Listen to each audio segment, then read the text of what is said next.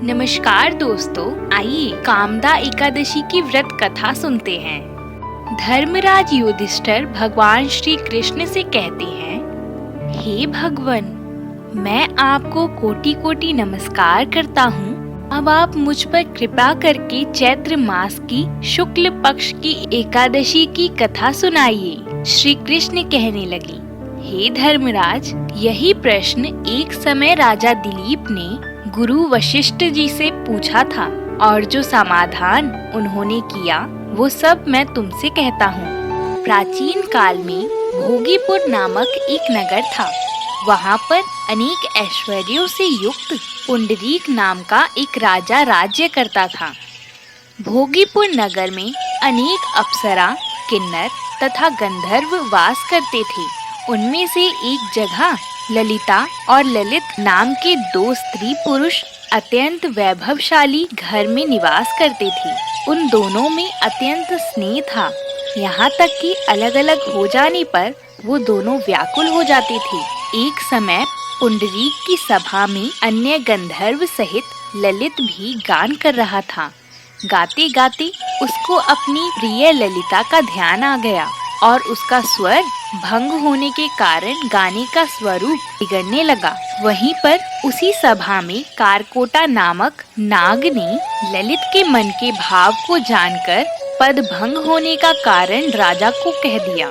तब राजा पुंडरीक ने क्रोध में आकर ललित से कहा, तू मेरे सामने गाता हुआ अपनी स्त्री का स्मरण कर रहा है, तुझे इस अपराध का दंड अवश्य मिलेगा। तू कच्चा मांस और मनुष्यों को खाने वाला राक्षस बनकर अपने किए कर्मों का फल भोगेगा। पुंडरीक के श्राप से ललित उसी क्षण महाकाय विशाल राक्षस हो गया। उसका मुख अत्यंत भयंकर, नेत्र सूर्य चंद्रमा की तरह प्रदीप्त तथा मुख से अग्नि निकलने लगी।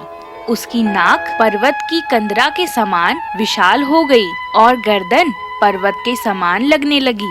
सिर के बाल पर्वतों पर खड़े वृक्षों के समान लगने लगे तथा भुजाएं अत्यंत लंबी हो गईं। इस प्रकार राक्षस होकर वह अनेक प्रकार के दुख भोगने लगा। जब उसकी प्रियतमा ललिता को यह घटना मालूम हुई तो उसे अत्यंत खेद हुआ और वह अपने पति के उद्धार के लिए उपाय सोचने लगी।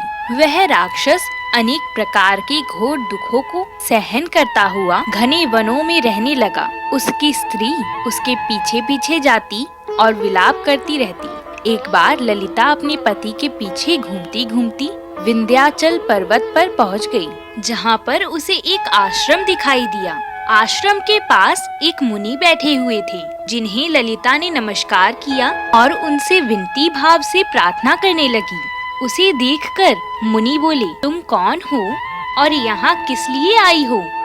ललिता बोली, हे मुनिवर, मेरा नाम ललिता है। मेरा पति राजा पुंडरीक के श्राप से विशाल काय राक्षस हो गया है। इसका मुझे बहुत दुख है।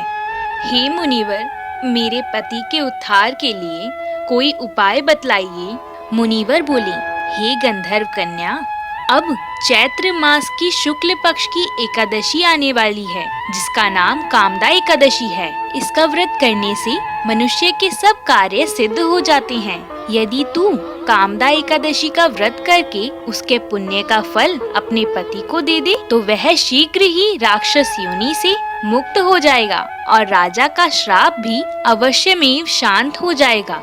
मुनि के ऐसे वचन सुनकर ललिता ने चैत्र मास की शुक्ल एकादशी आने पर उसका व्रत किया और द्वादशी को ब्राह्मणों के सामने अपने व्रत का फल अपने पति को देते हुए भगवान से इस प्रकार प्रार्थना करने लगी, हे प्रभु, मैंने जो यह व्रत किया है इसका फल मेरे पति देव को प्राप्त हो जाए, जिससे वह राक्षस योनि से मुक्त हो जाएं। एकादशी का फल देते हुए ही उसका पति राक्षस योनि से मुक्त होकर अपने पुराने स्वरूप को प्राप्त हुआ। फिर अनेक सुंदर वस्त्र आभूषण से युक्त होकर ललिता के साथ विहार करने लगा। उसके पश्चात वे दोनों विमान में बैठकर स्वर्गलोक को चले गए। हे धर्मराज युधिष्ठिर, इस व्रत को विधि पूर्वक करने से मनुष्य के समस्त पापों का नाश हो जाता है तथा राक्षस आदि की योनि भी छूट जाती है।